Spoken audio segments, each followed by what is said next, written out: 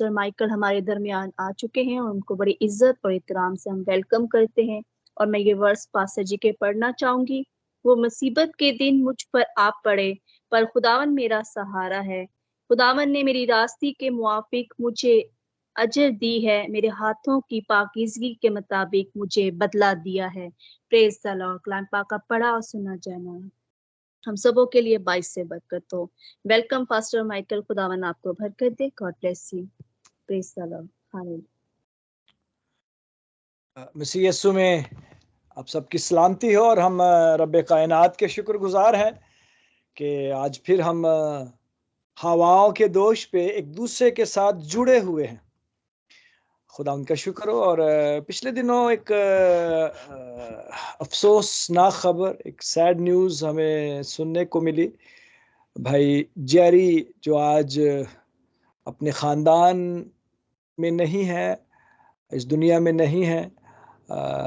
ये तकलीफ़ दे खबर है जो हमने सुनी।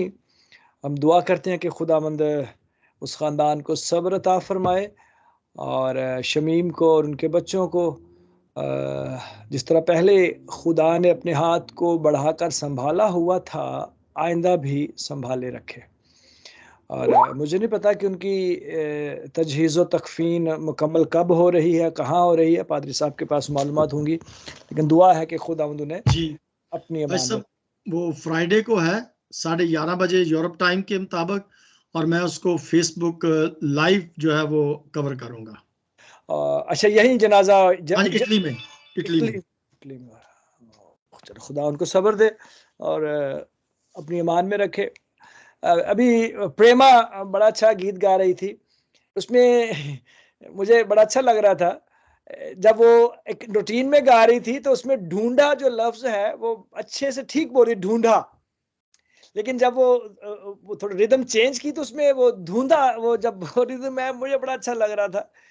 तो क्योंकि बाज़ दफ़ा कुछ लफ्ज़ ज़ाहिर है अपनी ज़ुबान जब ना हो कोई मादरी तो अच्छा लगता है। मुझे ये लफ्ज़ बड़ा अच्छा लगा उनकी ज़ुबान से, धुंधा। तो मुझे ये बहुत अच्छा लगा। बुजुर्ग बार-बार वो गाती रहे और हम सुनते रहें। सो खुदावंद आपको बरकत दे और हम सबको बरकत दे। आइए हम खुदावंद के कलाम की तरफ आगे बढ़ते हैं। और पादरी साहब ने शायद ये भी कहा था कि हम क्रिसमस के दिनों में कुछ इबादत नहीं करेंगे। मैं अगर इसको सही सुन पाया हूँ तो इबादत के इस पैगाम के बाद मैं सुनूंगा। पैसे उसको दोहराएं कि क्या हर दिन इबादत अब रूटीन में होगी या कुछ गैप आएगा। सो आइए आंखें बंद करें और दुआ करें। मेरे रब, मैं अपने आप को फिर से तेरे कवी हाथों में देता और तेरी कुव्वत मांग लेता हूँ जो तूने दे रखी है, लेकिन इस वक्त अपनी कमजोरियां, अपनी बेसबातियां तेरे सुपुर्द करता हूँ। मुझे अपनी हिकमत देकर इस्तेमाल कर, लफ्ज़ों की तरतीब दे, सुनने वाले कान और कबूल करने वाला ज़हन और दिल अता फरमा, ताकि आज के कलाम के वसीला से हमारी बरक़ात में इजाफ़ा होता रहे। यीशु के नाम से आमीन। अब जी बात यह है कि सिलसिला अब आगे बढ़ता जा रहा है बड़े दिन की खुशियों को मनाने के हवाला से। और यूरोप में या एशिया के अलावा ख़ुसूसन पाकिस्तान और इंडिया में जो मसीही हैं, उनकी खुशियां तो शुरू होती हैं शायद 20 के बाद, लेकिन हम यहाँ जो दूसरे मुल्कों में बैठे हुए हैं ये 20 के बाद मांद पड़ना शुरू होती हैं। सब सेलिब्रेशंस कर चुके होते हैं और सिलसिले मुकम्मल होना शुरू होते हैं, लेकिन सिलसिला जारी है यीशु के जन्म की खुशियां मनाने का। मैं कल चर्च अपने जाना है तो मैं एक लेक्चर अपने जहन में बिठाया मैंने, और वो मैं अब उसकी तैयारी में आ रहा हूँ। और मैंने सुबह जब बाइबल पढ़ रहा था तो बहुत सारे ख्यालात मेरे जहन में आ रहे थे, तो मैंने वो लिखे और आज वही आपके साथ मैं बांटूंगा। और मैंने जो सब्त के दिन के लिए अपने जो उन्वान चुना है वो है हु इज जीसस, यीशु कौन है। खुदा ने बहुत सारी बरकतें दी हैं मुझे, मेरे ख़ानदान को, लेकिन एक कमज़ोरी है मुझ में कि मुझे बाइबल के हर हवाला जहाँ जो कुछ लिखा होता है वो नहीं याद रहता। ये कमज़ोरियाँ मेरी, लेकिन मुझे वो याद रहता है कि बाइबल में ये लिखा हुआ और इस बात का हमें अंदाज़ा है। सो मैं इसके बाद जब अपने लेक्चर की तैयारी करूँगा तो फिर मैं हवाले भी ढूंढूंगा। एक हवाला बाइबल मुकद्दस में है जिसमें ये लिखा, पतरस से यीशु ने पूछा है कि तू मेरे बारे में क्या कहता है। जब मुख्तलिफ ख्यालात लोग दे रहे थे यीशु के बारे में, तो यीशु ने तेरा मेरे बारे में क्या ख्याल है। यीशु ने कहा, अब पतरस ने कहा, तू खुदा का बेटा यीशु है। अरे सब ठीक है ना? ये तू खुदा का बेटा यीशु है, ठीक है। तो मेरा आज का नुक्ता है, यीशु कौन है? सो पतरस ने वाजे इसका ऐलान किया कि कोई कुछ कहे, लेकिन मुझे समझ आ गई है कि तू खुदा का बेटा यीशु है। पतरस का ये ईमान है और हमारा भी यही ईमान है कि यीशु खुदा का बेटा है। और सारे लोग इसको मानते हैं, लेकिन जब हम इस्लाम मजहब में जाते हैं तो वो इस बात से, इसको मानने से कतराते हैं कि ये कैसे हो सकता है। लेकिन हमारा ईमान है, अब हम किसी के ईमान की बात तो नहीं करेंगे, लेकिन हम ये मानते हैं। अब चूंकि क्रिसमस का सीजन है और हॉलीडे सीजन भी है, यूरोप में, अमेरिका में तो इसको हॉलीडे सीजन कहते हैं, क्रिसमस सीजन नहीं कहते। सो ये जारी है। अब ये खुदा का बेटा यीशु कैसे है, इसको हम जानते हैं। कहां से इसका आगाज हुआ? आइए हम जरा चलते हैं बाकी अदन में, जहां खुदा ने गुनाह के बाद जो वादा किया, पैदाइश की किताब उसके 3 बाब और उसकी 15वीं आयत में, और मैं तेरे और औरत के दरमियान, ये हवाला मैंने पिछली दफा भी बांटा था। औरत की नस्ल से मुराद यीशु मसीह है, जिसकी पैदाइश का जिक्र पथी की झील के पहले बाब की 18 आयत से आगे लिखा हुआ है। अब यीशु मसीह की पैदाइश इस तरह हुई, हमें याद है। तो यीशु मसीह खुदा का बेटा, जो पेशन गोई के तौर पे किया गया था, जो पहले नजात के वादे के तौर पे जिसका जिक्र पैदाइश की किताब उसके 3 बाब की 15वीं आयत में किया गया, उसकी तकमील हम मत्ती की अंजील के पहले बाब की 18वीं आयत से आगे आयत में पाते हैं। तो यह सिलसिला मुकम्मल हुआ और उसका नाम यीशु रखना, क्योंकि वही अपने लोगों को उनके गुनाहों से नजात देगा। सो यीशु कौन है ये हमें पता है, लेकिन मैं जब इन सारे ख्यालात को जो बाइबल में है, कुछ लेक्चर्स में, पास्टर बिली ग्राहम का लेक्चर में पिछले दिनों जब मैं काम पे था सुन रहा था, तो वो लाखों के हिसाब से मजमा था वो, हाँ उनके नेट पे पड़े हुए हैं, मैं सुन रहा था। पास्टर मार्क फिलने का मैंने सुना, और भी मैं सुनता हूँ। सो वही ख्यालात जो बाइबल में हमने पढ़े हुए हैं, जब उसको तरतीब से आप लिखते हैं तो आपको एक सरमन बन जाता है, लेक्चर बन जाता है। सो यीशु मसीह बुनियादी तौर पर खुदा का बेटा है, जो खुदा के नजात के मंसूबे को अमली जामा पहनाने के लिए दुनिया में आया। और यूहन्ना की इंजील में लिखा हुआ है, इब्तिदा में कलाम था, कलाम खुदा के साथ था और कलाम ही खुदा था। 14वीं आयत में लिखा, कलाम मुजस्सम हुआ, जिस्म लिया उस कलाम ने। कलाम का मतलब कही हुई बात, कहना, लफ्ज। कलाम मुजस्सम हुआ, कलाम ने जिस्म लिया, जिसका खुदा ने वादा पैदाइश की किताब उसके 3 बाब की 15वीं आयत में कर रखा था। सो जब वो जिस्म में आया, तो मैं एक बड़ी अच्छी बात पढ़ रहा था, बात हम भी इसमें गलती करते हैं कि यीशु मसीह चरनी में पैदा नहीं हुए थे, बैतलहम में पैदा हुए थे, लेकिन फिर बाद में उनको लपेट के चरनी में रखा गया। सो बैतलहम के तवेला में पैदा हुए थे, जहां जानवर रहते हैं, लेकिन बाद में उनको कपड़े में लपेट के चरनी में रखा गया था। लेकिन निशानी है ये। सो यीशु मसीह वहां पैदा हुए और उसके बाद वो भागते रहे हेरोदीस के कातलाना रवैया से बचने के लिए, हसद भरे रवैया से बचने के लिए भागते रहे, और खुदा ने उन्हें बचा लिया, क्योंकि ये खुदा के इंतजाम में था। बादशाह था ना उस वक्त का वो, उससे कोई चीज बैद नहीं थी, वो मरवा सकता था और उसने हुक्म भी दे दिया था, ढूंढ भी सकता था, लेकिन ऐसा हो नहीं सकता जो खुदा के निज़ाम में खलल पैदा करता। क्योंकि पलूस जब जा रहा था दमिश्क की राह पे, तो खुदा ने 3 दिन तक उसकी आंखों की बीनाई ही छीन ली। अब हेरोदिस ने बहुत ढूंढा अपने तमाम एजेंसीज के थ्रू। अब एजेंसीज क्या काम करती हैं? बहुत सारी, हर मुल्क के पास एजेंसीज होती हैं जो खिदमत करती हैं हुकूमत के लिए, और उनको टारगेट्स दिए जाते हैं कि आपने ये करना, ये करना, ये FBI और सब CIA और जो भी एजेंसीज हैं। लेकिन नहीं ढूंढ सका खुदा ने। तमाम एजेंसीज की अकल पे भी पर्दा डाल दिया और आंखों पे भी पर्दा डाल दिया, वो ढूंढ ही नहीं सके। हाँ, कत्लो गारत करी हुई जो पेशन गोई थी, लेकिन ऐसा हो नहीं सका क्योंकि निजात का मंसूबा मुकम्मल नहीं होता।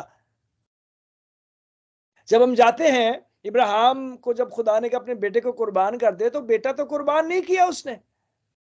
जब ऐन लम्हा वो अपने बच्चा को, अपने बेटे के कत्ल करने के, तो खुदा ने कहा बस मैंने तुझे बाईमान पाया। झाड़ी में एक मेंढा देखा और उसको उसने ज़िबा किया। अगर वहां वो बेटा कुर्बान कर देता तो फिर इस बेटे की कुर्बानी कहाँ जाती।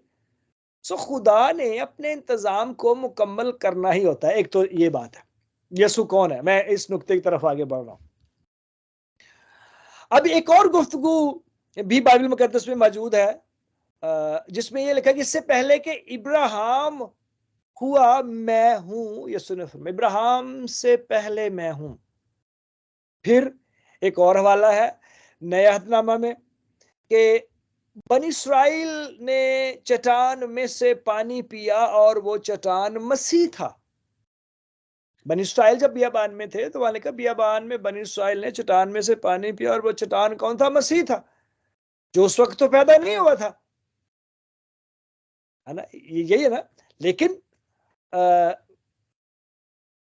जब हम तस्लीस में जाते हैं तो यसु मौजूद था वहां, जिसम उसको खुदा ने वक्त आने पर दिया।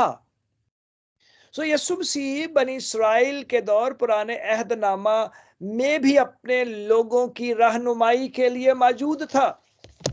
यसु वो शख्सियत है, कायनात के खालिक खुदा का बेटा है, जो माजी के लोगों के साथ रहा। कब कब बहुत सारे मैं आपको हवाला जात वाकयात बता सकता हूं। खुदा बनी इस्राइल कौम के साथ 40 साल तक उनकी रहनुमाई करता रहा, बादल के सतून में, रोशनी के मीनार में, और वो उनकी रहनुमाई करता। बनी इस्राइल की जंगो जदल में वो तलवार जो बनी इस्राइल की मदद करती थी दुश्मन के खिलाफ, खुदा उनके साथ मौजूद था। जंग तो खुदावंद की है और वो खुदावंद अपने लोगों के लिए उस जंग को लड़ता रहा। मैं पढ़ रहा था सदरक, मीशक और अब्दनजू की कहानी। मैंने दानियल की किताब को पढ़ना शुरू किया, मैं बाइबल पढ़ रहा हूं फिर से दोबारा से।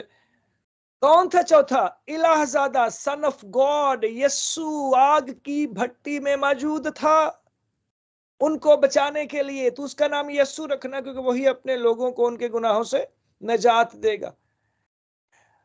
शेरों के मुंह को फरिश्ता भेजकर किसने बंद करवाया? खुदा ने। और कुछ लोग इसको कहते हैं यस्सु था वहां, जी शेरों के मुंह, भूखे शेर। फिर उसके बाद जब हम आस्तर और मर्दकी की किताब को पढ़ते हैं तो वहां पर खुदा ने मर्दकी और आस्तर को इस्तेमाल किया निजात के मंसूबे के लिए, और वहां लफ्ज खुदा नहीं है, लेकिन वहां निजात का सिलसिला मुकम्मल हुआ। निजात हिंदा यस्सु उसका मतलब है। पानी पिलाया बनी इस्राइल कौम को। और फिर और भी जब आप और वाकयात का जिक्र भी करते हैं तो हमें नजर आता है कि यस्सु अपने लोगों की रहनुमाई के लिए पुराने अहदनामा में मौजूद रहा, क्योंकि अपने लोगों को रहाई दिया। फिर जो सिलसिले कुर्बानियों के चलते रहे, वो भी किसी अजीम कुर्बानी का पेश खैमा थी। तो इन सारी बातों को जब मैं आपके साथ बांट रहा हूं तो सबको जरा हम इकट्ठा करेंगे आगे बढ़ते हुए। फिर जब हम आते हैं नए अहदनामा में, तो यसु मसीह जब 12 साल के हुए, अपने वालिदैन के यहाँ परवरिश पाते रहे, तो 12 साल की उम्र में वो हैकल में थे और वहां पर वो पीछे रह गए। उसके वालिदैन और लोग सब आगे चले गए, और जब पता चला कि यसु मसीह नहीं है तो वापस आए और कहा कि तुझे पता नहीं था बेटा हम तेरे लिए परेशान है। तो कहा गया यस्सु की तरफ से कि आपको पता नहीं था कि मुझे अपने बाप के पास होना जरूर है। 12 साल की उम्र में यस्सु ने कहा कि मुझे अपने बाप के पास होना जरूर है। और जब हम पादरी साहब को पता है, जब हम अपने सैबत स्कूल की बात करते हैं, सैबत स्कूल की बात करते हैं, तो 12 साल तक बच्चों का सैबत स्कूल होता है। जैसे ही आप 13वें में चले जाते हैं, 13 तो आप अडल्ट में आ जाते हैं। 12 साल का जो उम्र थी यस्सु की, वो लड़कपन की थी। उसके बाद यस्सु मसीह आगे बढ़े और उन्होंने ये फरमाया कि मुझे अपने बाप के यहाँ होना जरूर है। उसके बाद क्या हुआ हमें नहीं पता, लेकिन ये वाकया मौजूद है। फिर जब वो 30 साल के हुए तो उन्होंने अपनी उस खिदमत का आगाज किया जो मजूसियों के तहाइफ में मौजूद थी। सोना यीशु की बादशाहत को जाहिर करता है, सोना यीशु की बादशाहत को जाहिर करता है, लुबान यीशु की जमीनी खिदमत को जाहिर करता है जो उन्होंने 30 साल के बाद शुरू की, और मुर यीशु की मौत को जाहिर करता है। वो जो कुर्बानी दी उन्होंने अपनी जिस्म की, और ये सब कुछ अगर आप जाएं माजी की कुर्बानियों में तो ये सब कुछ मौजूद था। सो यीशु ने अपनी जमीनी खिदमत का आगाज किया 30 साल की उम्र में, और आपको पता है उन्होंने बपतिस्मा लिया यूहन्ना से, और सबसे पहला जो पैगाम दिया, बस तौबा करो क्योंकि आसमान की बादशाही नजदीक आ गई है।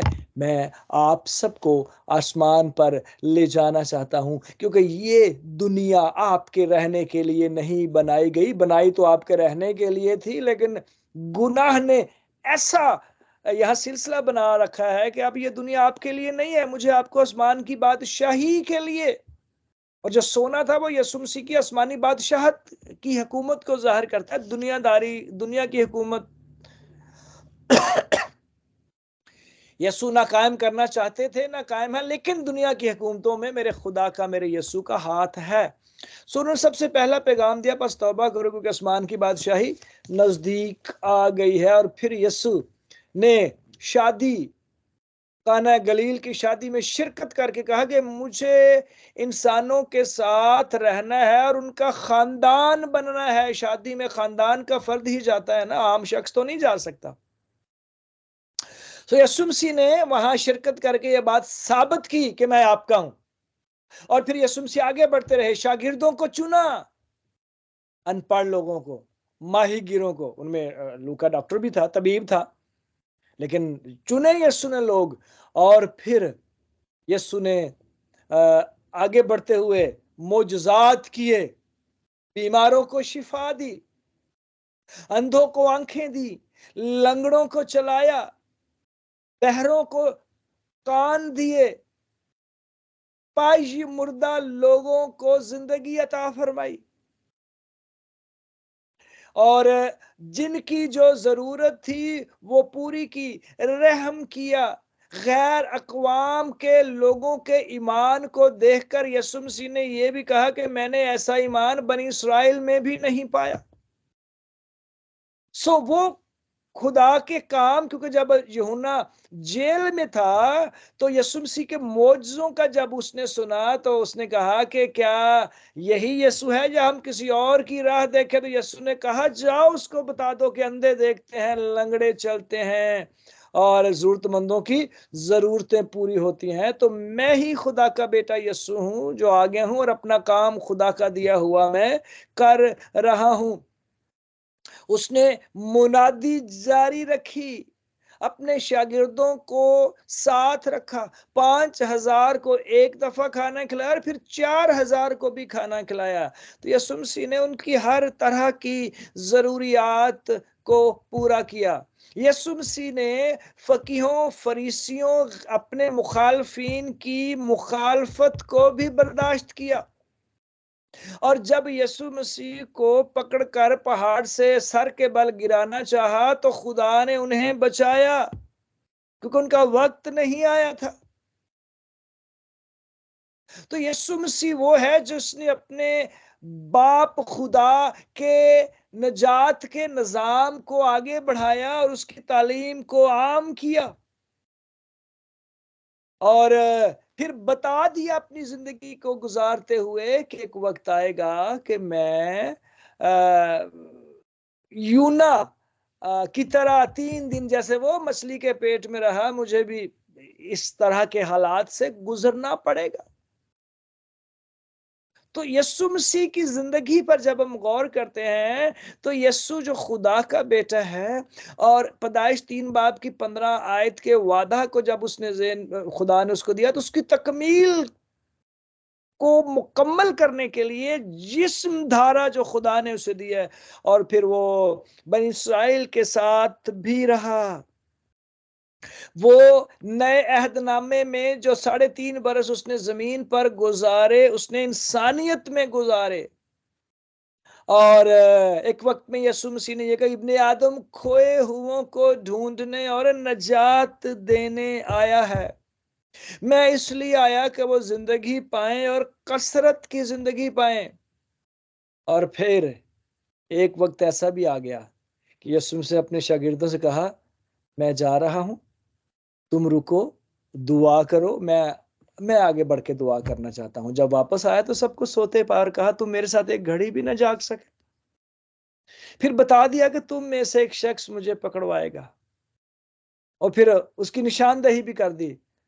और फिर एक लम्हा आया जब वो बागे गेत्सेमनी में गए मेरे यीशु, और वहां पर उन्होंने दुआ की, उनका पसीना खून की बूंदें बनकर गिरने लगा। और फिर भीड़ आई और उन्हें पकड़ा, और उनमें से एक शख्स जिसको यीशु ने पूछा था, जिसका मैंने जिक्र किया कि तू मेरे बारे में क्या कहता है, उसने कहा तू खुदा का बेटा यीशु है। उसने अपनी तलवार निकाली और एक नौकर को कान को उड़ा दिया। उसने कहा तलवार को म्यान में रख। और फिर यीशु को वो भीड़ पकड़ कर ले गई। बोसा जिसने लिया वो भी वहीं था। और फिर जब यीशु को मुख्तलिफ अदालतों में ले जाया जाता रहा तो उसको समझ आई कि ये मैंने गलती किया है। फिर वो आया, उसका ये पकड़ो अपने पैसे, मुझे नहीं, ये गलती किया मैंने। उसने कहा नहीं भाई, ये पैसे अब खून की कीमत है, हम तो वापस नहीं लेंगे। और फिर जाकर उसने अपने आप को क्या किया, फांसी देकर जिंदगी खत्म कर ली। यहूदा इस्करियोती की मैं बात कर रहा हूं। फिर यीशु को मुख्तलिफ अदालतों में ले जाया जाता रहा, झूठे इल्जामात लगाए जाते रहे। रात को अदालतें खोली गईं जो तारीख में कभी नहीं खोली गई थी। और रात को अदालतें वही खुलती हैं जो गलत फैसले करती हैं। दिन की रोशनी में गलत फैसले नहीं होते, लेकिन मैं अपने मुल्क पाकिस्तान के हालात को जब देखता हूँ तो वहां दिन रात अब एक ही है।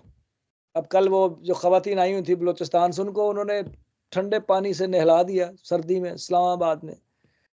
अदालतें भी खुली हैं हमारे मुल्क में भी। रात को पाकिस्तान की बात कर रहा हूँ, खैर इस तनाज़ुर में मैं नहीं जा रहा हूँ, लेकिन बात कर रहा हूँ कि अदालतें रात को तब खुलती हैं जब ना इंसाफी होनी होती है।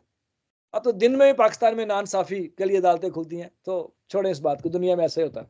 और एक और खबर भी शायद आपको मिली होगी कि एक स्टेट है यहाँ पर, उसकी सुप्रीम कोर्ट ने डोनाल्ड ट्रंप को भी नाअहल कर दिया है। बुनियादी जो आपके इलेक्शंस है ना, जमायती इलेक्शंस वो जो होते हैं बुनियादी, उससे भी नाअहल करार दे दिया है। तो ये खबरें भी इसलिए बता रहा हूँ कि जहन में रखा करें कि दुनिया में क्या चल रहा है, पता होना चाहिए हमें। सो यीशु मसीह को मुख्तलिफ अदालतों में ले जाया जाता रहा, ज़दोकोब किया जाता रहा, उनके मुंह पे थूका गया, थप्पड़ मारे गए, आंखों पर पट्टी बांध के कहा गया कि थप्पड़ किसने मारा, बता तुझे। फिर वक्त आया कि उनको खोपड़ी की जगह की तरफ ले जाया गया, और फिर एक शख्स उनकी मदद के लिए आया। और पास्टर बिली ग्राहम से मैं सुन रहा था कि वो शख्स ब्लैक था, अफ्रीका का था वो। तो यीशु के पास आने के लिए किसी रंग और नस्ल में कोई इम्तियाज नहीं बरता जाता। उसके पास गोरे भी आ सकते हैं, काले भी आ सकते हैं, ब्राउन भी आ सकते हैं, कोई भी आ सकता है। सो फिर एक वक्त ऐसा आया कि जुम्मेदारान में से किसी ने यह सोचा कि यह वाकई ही बेगुनाह है, इसको छोड़ दिया जाए। तो वो भीड़ जो एक हफ्ता पहले यीशु का शाहाना इस्तकबाल कर रही थी और उसकी तारीफ में होशाना के नारे लगा रही थी, अब वो कहती है इसे सलीब दो, इसे सलीब दो, इसे सलीब दो। एक हफ्ता के बाद ही रवैये तब्दील हो गए उन्हीं लोगों के। और फिर अगर आप जाए ना पतरस की उस गुफ्तगू में जो अमाल की किताब में करता है, वो साफ कहता है कि तुम लोगों ने उसे सलीब पर चढ़ाया क्योंकि तुम लोगों ने एक हफ्ता पहले उसका इस्तकबाल किया, और फिर एक हफ्ता के बाद तुमने नारे लगाए कि इसे सलीब दो, उसे सलीब दो। और फिर उसने जब उन्हें मुख्तलिफ अदालतों में ले जाया जाता रहा तो कोड़ों से पीटा गया, यीशु के बदन पर कोड़े मारे गए, बोटियां बाहर आ गई, चिथड़े उड़ गए, चिथड़े बन के। जस्ट इमेजिन, उस लम्हे को याद रखा करें, मैं तो बहुत याद रखता हूं। तसव्वुर करें आप कि आपको मारा जा रहा है, कपड़े और यीशु मसीह को नंगा कर दिया गया।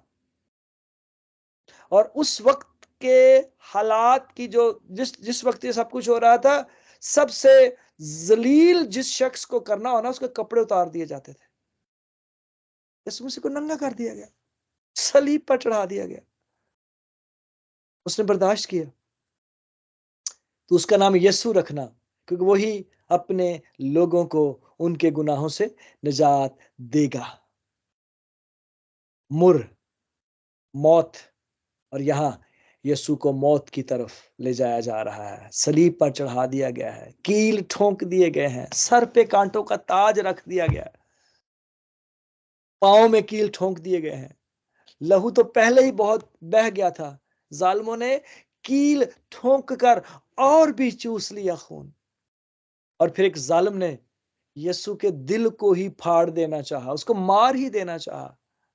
उसने पसली में नेजा मारा, नीचे से ऊपर की तरफ। लेकिन खुदा ने उसे अगर बचपन में हेरोदीस की नजर से बचाया, तो इस नेजे को दिल तक पहुंचने से भी बचाया। और फिर यीशु मसीह ने सलीब पर चढ़े हुए जो 7 दफा अपनी आवाज को बुलंद किया, तो सबसे पहले क्या था, बाप इनको मुआफ कर, क्योंकि ये जानते नहीं कि क्या करते हैं। आप मेरे साथ है ना सारे? फिर वक्त ऐसा आया कि यीशु ने कहा तमाम हुआ, और सर झुकाकर जान दी। क्या तमाम हुआ? नजात का काम तमाम हुआ। मेरा और आपका यीशु मेरी और आपकी नजात के सिलसिले को मुकम्मल करने के लिए कुर्बान हो गया। आमीन, आमीन, आमीन। नजात का सिलसिला मुकम्मल किया। उसके बाद अबलीस किसी तरह भी आसमान पर जा नहीं सकता। उससे पहले वो जा सकता था। यूब की किताब को पढ़ें तो आपको समझ आती है। यीशु मसीह ने शैतान के सर को कुचल दिया, तो उसके सर को कुचलेगा, कुचल दिया मेरे यीशु ने। और वो कुर्बानियां जो पुराने अहदनामे में सुबह और शाम कुर्बान की जाती थी, लोग अपने गुनाहों का कफारा लेकर आते थे। यीशु ने कहा खत्म, अब मेरी कुर्बानी ही है सब जिंदगियों का कफारा।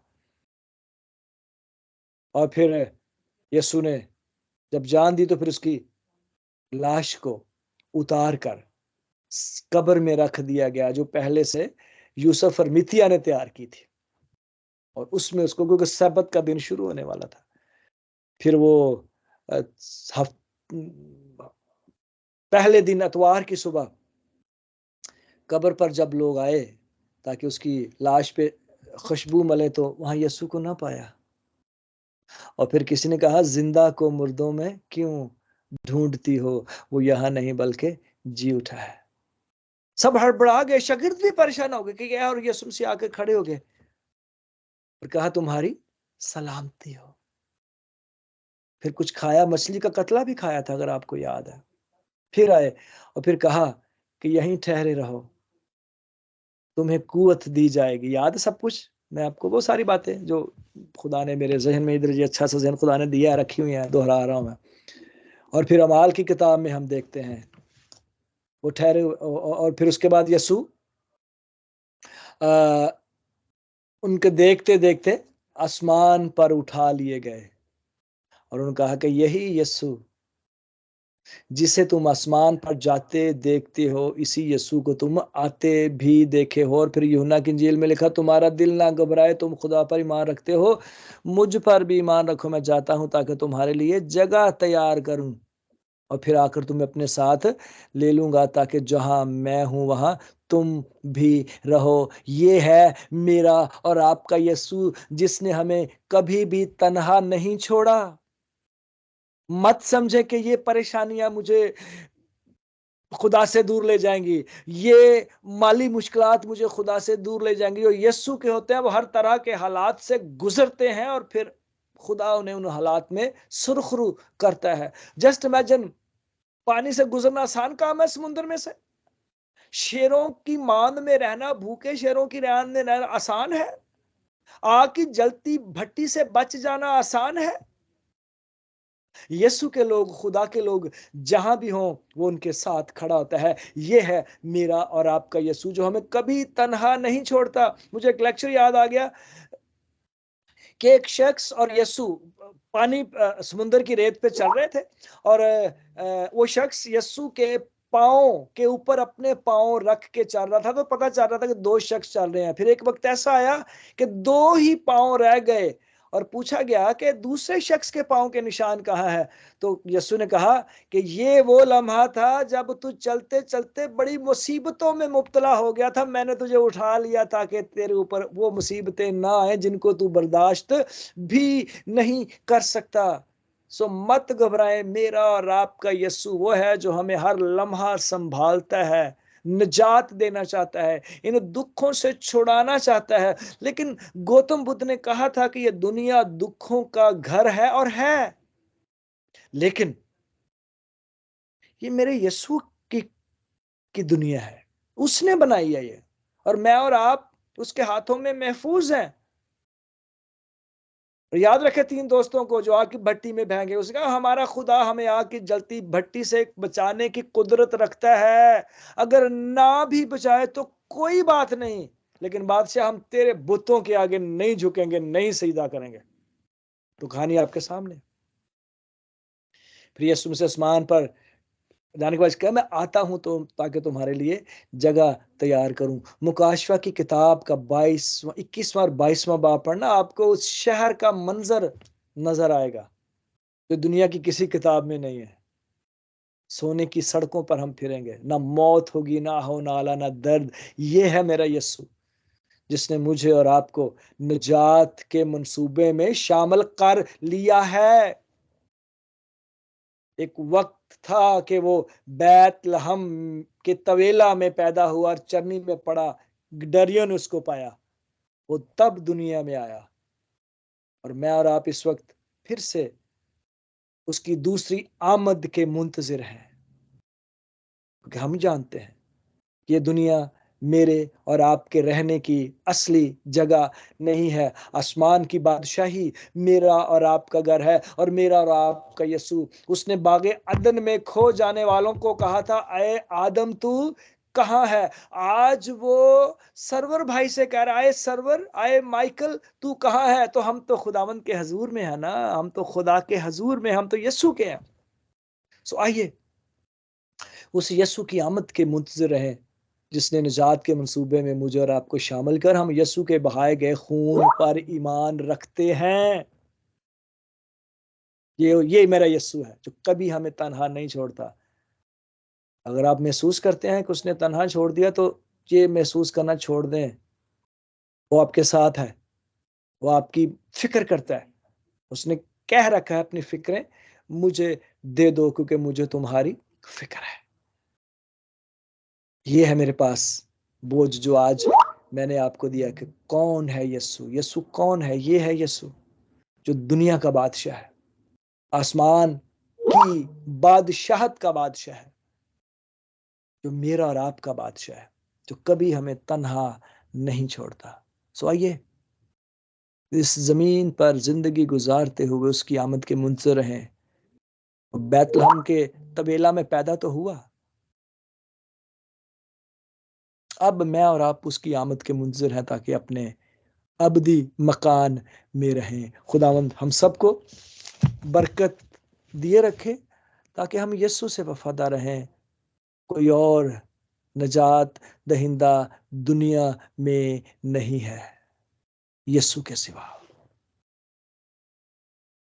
आइए उसी यीशु को अपनी जिंदगी में जगह बनाए दिए रखें।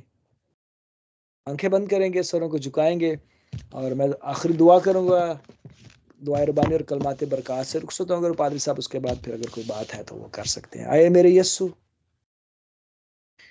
मैं तेरा शुक्रगुजार हूं कि तूने निजात के उस मंसूबे को अपने बाप के साथ मिलकर मुकम्मल किया। मैं तेरा शुक्र करता हूं।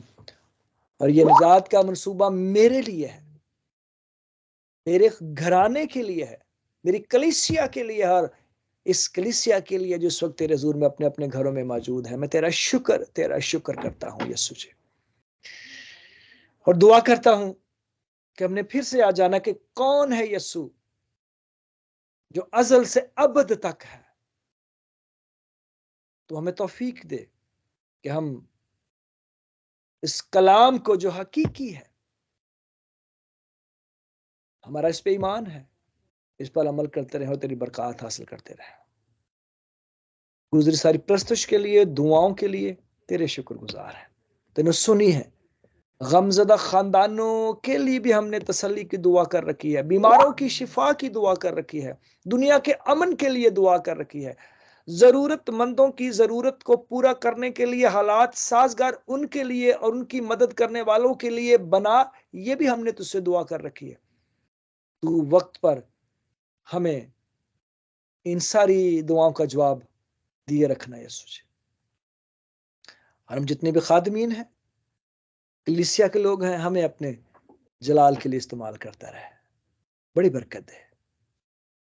जो कुछ हमने मांगा है तूने सुन लिया है, और जो नहीं मांग सके वो भी तू जानता है। अपने ठहराए हुए वक्त पर मुहैया करना। अपने मुल्क पाकिस्तान की सलामती की दुआ करता हूँ, इस दुनिया के अमन के लिए दुआ करता हूँ।